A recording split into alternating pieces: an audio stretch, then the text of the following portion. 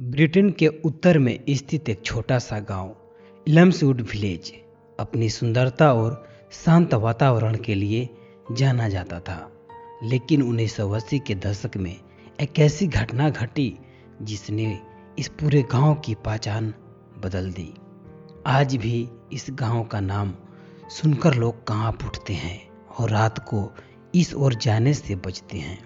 यह सब शुरू हुआ 1984 में, जब एक नई फैमिली एंड्रयू वॉकर, उनकी पत्नी कैथरीन और उनकी 9 साल की बेटी एमी इल्सवुड में आकर रहने लगी। उन्होंने एक पुराना लेकिन सुंदर सा कॉटेज खरीदा जो गांव के एक कोने में स्थित था, घने पेड़ों और झाड़ियों से घिरा हुआ। स्थानीय लोग उस घर को ग्रेसन कॉटेज के नाम से जानते थे और कहते थे कि वहां पहले एक अकेली बूढ़ी औरत रहती थी जो विचक्राफ्ट में लिप्त थी। उसका रहस्यमयी ढंग से मर जाना भी एक पहेली था, लेकिन वॉकर फैमिली ने इन बातों को अंधविश्वास समझकर नजरअंदाज कर दिया। अब होती है अजीब घटनाओं की शुरुआत। घर में आने के कुछ ही दिन बाद कैथरीन को लगने लगा कि कोई उन्हें देख रहा है। रसोई में बर्तन अपने आप गिर जाते हैं, दीवारों पर खरोचों के निशान उभरने लगे और रात में किसी के चलने की आवाजें आती, लेकिन घर में कोई नहीं होता। 9 साल की एमी ने कहना शुरू किया कि उसे एक पुरानी आंटी दिखती है जो उसे रोज सोने से पहले कहानियां सुनाती है। जब कैथरीन ने उनसे पूछा वह कैसी दिखती है, तो एमी ने बताया कि उनकी आंखें बिल्कुल काली थी और उनके हाथ जले हुए थे। एक दिन कैथरीन को अटारी में एक पुरानी डायरी मिली। वह डायरी उसी औरत की थी जो पहले वहां रहती थी। उसका नाम एंजेला ग्रेसन था। डायरी में उसने लिखा था कि कैसे उसने आत्माओं से बात करना सीखा और कैसे वह अंधेरे के देवता को बुलाने के लिए अनुष्ठान कर रही थी।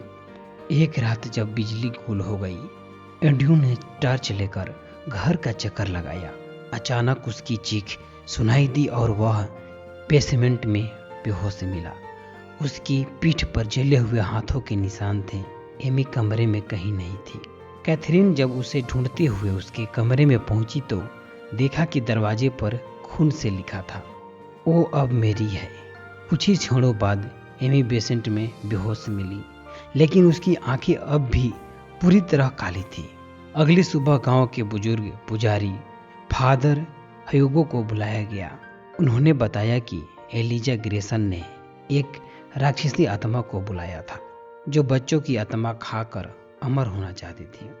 एलिजा की मौत के बाद वह आत्मा उसी घर में बंद हो गई थी और जब एमी को अपनी नई वाहिका बनाना चाहती थी।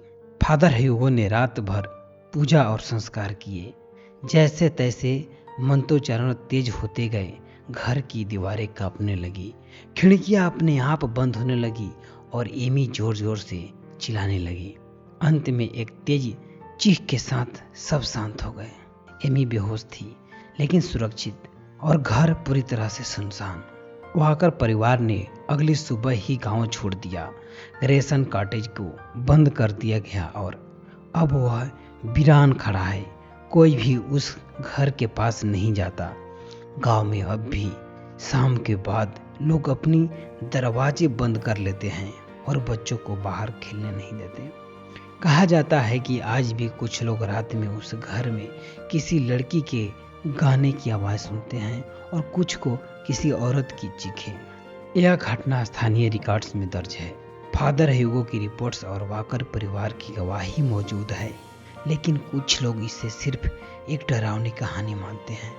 पर इलम्सवुड विलेज के निवासी आज भी कहते हैं जो वहां गया वो बदला हुआ लौटा या कभी लौटा ही नहीं। अगर आप चाहें तो मैं इस कहानी पर आधारित एक ऑडियो ड्रामा या वीडियो स्क्रिप्ट भी तैयार कर सकता हूँ। वीडियो अच्छा लगे तो चैनल को सब्सक्राइब कर लीजिएगा और लाइक ठोक दीजिएगा और मित्रों के साथ शेयर कर दीजिएगा। धन्यवाद।